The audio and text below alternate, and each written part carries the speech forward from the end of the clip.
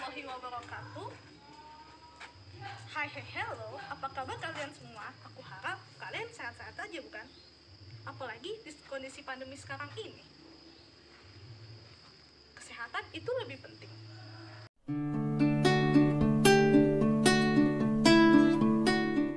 Sepertinya tidak enak ya kalau kita berbicara menggunakan masker.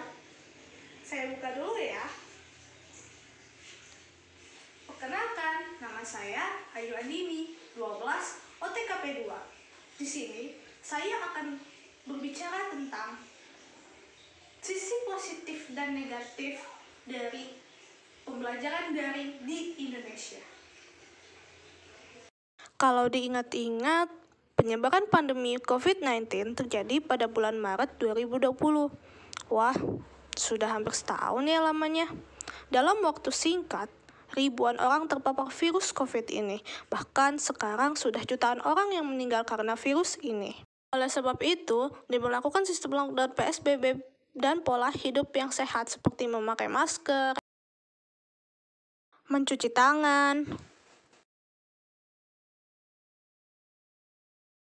atau menggunakan hand sanitizer. Semua aspek terkena dampak dari COVID-19. Tak kecuali dunia pendidikan. Kemendikbud akhirnya mengeluarkan pernyataan bahwa kita harus pembelajaran jarak jauh atau pembelajaran daring. Pembelajaran tersebut memiliki banyak dukungan, yang diantaranya pemerintah, siswa, orang tua, sekolah, dan lain sebagainya. Pembelajaran daring bisa didukung oleh aplikasi, oleh banyak sekali aplikasi, di antaranya Kuiper, Zenius, Ruang Guru, Google Meet, Zoom Meeting, WhatsApp, dan lain sebagainya. Pembelajaran daring juga harus menggunakan sarana, yakni laptop, komputer, gawai, ataupun handphone. Ada banyak sekali kelebihan dan kekurangan dalam pembelajaran daring ini. Kelebihan diantaranya adalah: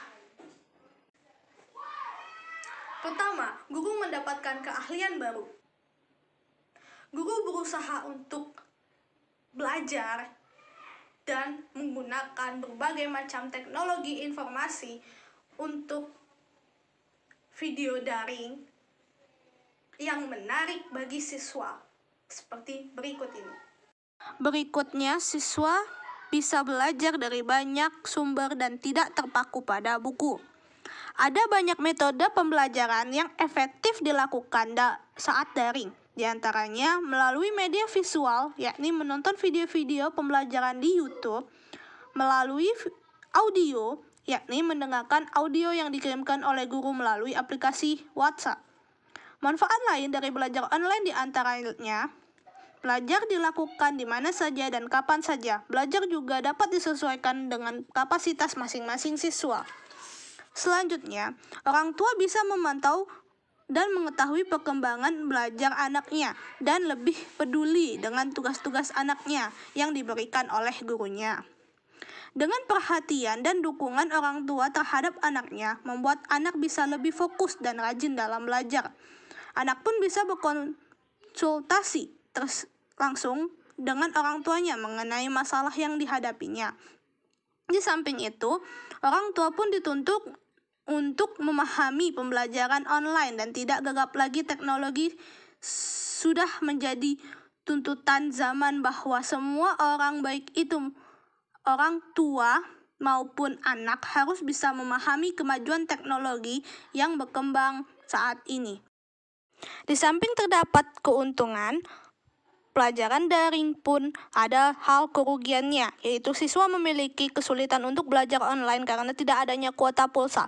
Dengan adanya pandemi COVID-19 ini, banyak orang tua yang semula bekerja kini tidak bekerja lagi akibat terkena pemutusan hubungan kerja atau dirumahkan oleh perusahaan tempat orang tua tersebut bekerja. Bagi orang tua yang bekerja di sektor informal pun terkena dampaknya juga. Mereka sudah tidak bisa lagi membeli pulsa.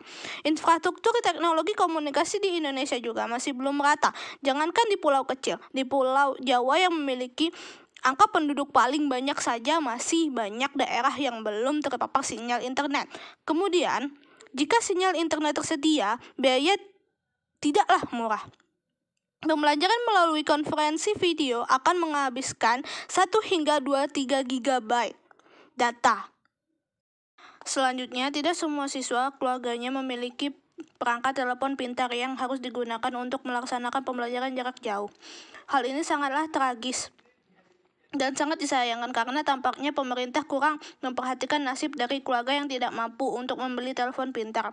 Saat keluarga mampu untuk membeli gawai atau perangkat komunikasi yang dibutuhkan pun, orang tua belum tentu sanggup untuk membantu siswa belajar daring. Bukan masalah kompetensi orang tua yang utama, namun orang tua juga memiliki pekerjaan yang harus diselesaikan. Banyak siswa yang mengeluhkan pula bahwa pembelajaran jarak jauh membuat konsentrasi mereka buyar dan kurang fokus untuk belajar. Ilmu yang didapatkan dirasa tidak sebanding dengan pembelajaran tatap muka. Banyak guru yang mengeluhkan kendala teknis yang terjadi pada saat mengikuti pembelajaran jarak jauh. Kendala tersebut meliputi teknis pengguna aplikasi seperti gagal upload maupun teknis informasi seperti lemahnya sinyal dan lain-lain.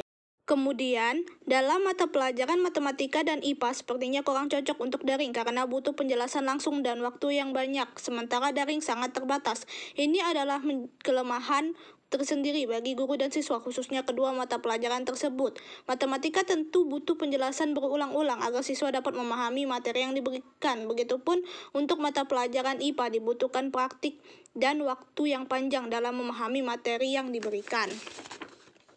Begitu juga siswa SMK. Pelajaran kejuruannya harus banyak praktik langsung di sekolah. Tidak semua siswa mampu membeli alat-alat praktik untuk belajar di rumah, dan jika pun bisa dibeli, tentu tidak ada yang jual di pasaran, seperti alat-alat otomotif. Siswa juga mulai merasa jenuh belajar di rumah dan ingin segera bertatap muka dengan guru dan teman-temannya. Kejenuhan siswa tersebut terjadi karena mereka bosan dengan kondisi dan situasi yang ada, dan memaksa mereka untuk tetap berada pada kondisi dan situasi tersebut, seperti tidak boleh keluar rumah, mengerjakan pekerjaan yang ada di rumah, dimarahi orang tua, dan lain-lain. Demikian fenomena pembelajaran daring pada masa COVID ini. Kita harus memutuskan rantai COVID ini, tetapi tetap pendidikan nomor 1. Semoga pandemi ini cepat berakhir. Dadah!